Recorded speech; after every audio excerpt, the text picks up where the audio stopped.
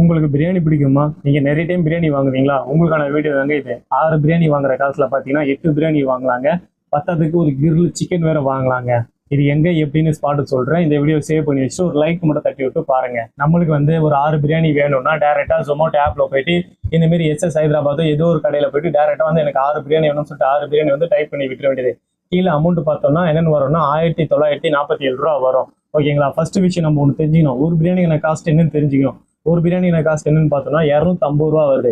அப்போ 6 பிரியாணிக்கான காஸ்ட் வந்து எவ்வளவு வரணும்? 1500 ரூபாய் தான் வருது. நம்ம தேவையில்லாம 1947 ரூபா கொடுக்குறோம். அப்போ அந்த 2 பிரியாணிக்கான காஸ்ட் என்ன ஆகுது? நம்ம வந்து வேஸ்டா அவங்களுக்கு கொடுக்குறோம்.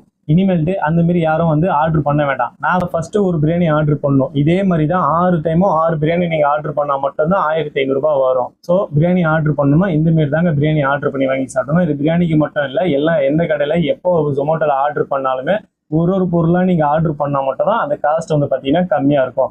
ஒரு வாட்டி ஆர்டர் பண்ணிட்டு அகைன் ரீ ஆர்டர் பண்ணுங்க, உங்களுக்கு வந்து காஸ்ட் கம்மியா வரும். நன்றி.